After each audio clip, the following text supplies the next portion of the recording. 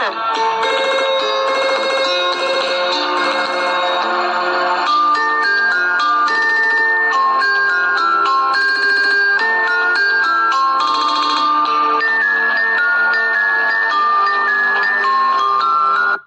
श्रोते हो, परिसर या कार्यक्रमात आपलं स्वागत. प्रकाश प्रदूषण याविषयी आपल्याला माहिती देत आहेत प्राध्यापक बाबासाहेब सुतार. प्रकाश प्रदूषणाची कारणे आणि प्रकाश प्रदूषणाचे प्रकार आपण पाहिले.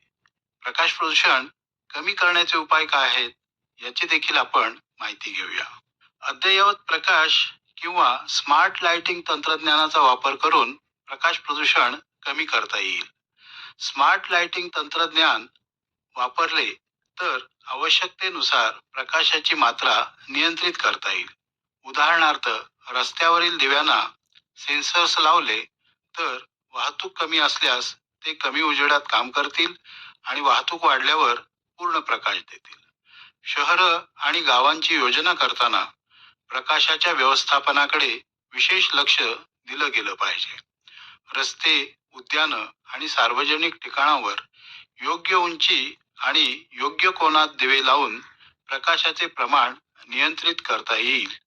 त्यामुळे अनावश्यक प्रकाश अवकाशात सोडला जाणार नाही याची देखील दक्षता घेता येईल.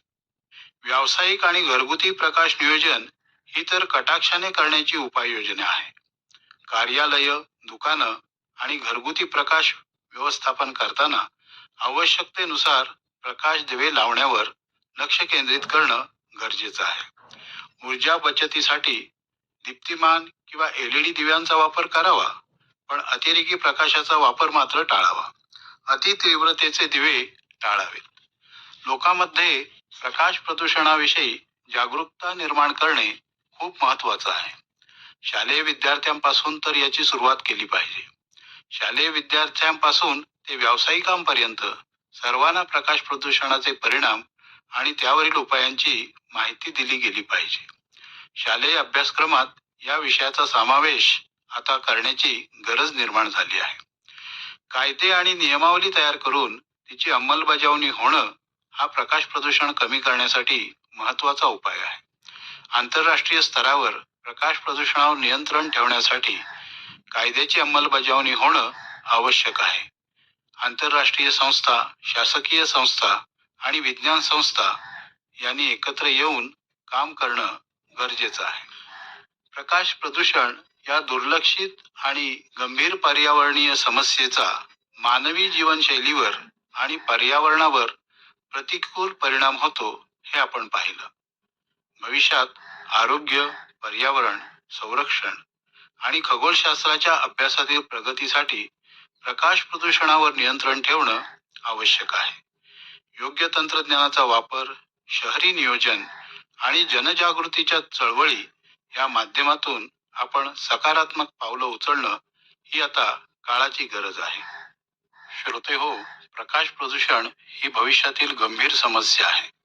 तंत्रज्ञान आणि ऊर्जा यांच्या वाढत्या वापरामुळे प्रकाश प्रदूषणात वाढ होणं अपरिहार्य आहे. परंतु सुखकर जीवनशैलीसाठी प्रकाश प्रदूषणावर नियंत्रण करणं तितकंच गरजेचं आहे. भविष्यात आरोग्य, पर्यावरण, संरक्षण आणि खगोलशास्त्राच्या अभ्यासातील प्रगतीसाठी प्रकाश प्रदूषणावर नियंत्रण ठेवणं आवश्यक आहे. योग्य तंत्रज्ञानाचा वापर, शहरी नियोजन आणि जनजागृतीच्या चळवळी या माध्यमातून आपण सकारात्मक पावलं उचलणं ही आता काळाची गरज आहे. धन्यवाद.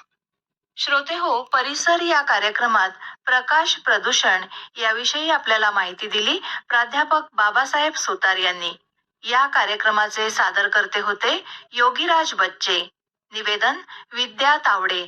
ही आकाशवाणी रत्नागिरी केंद्राची निर्मिती होती.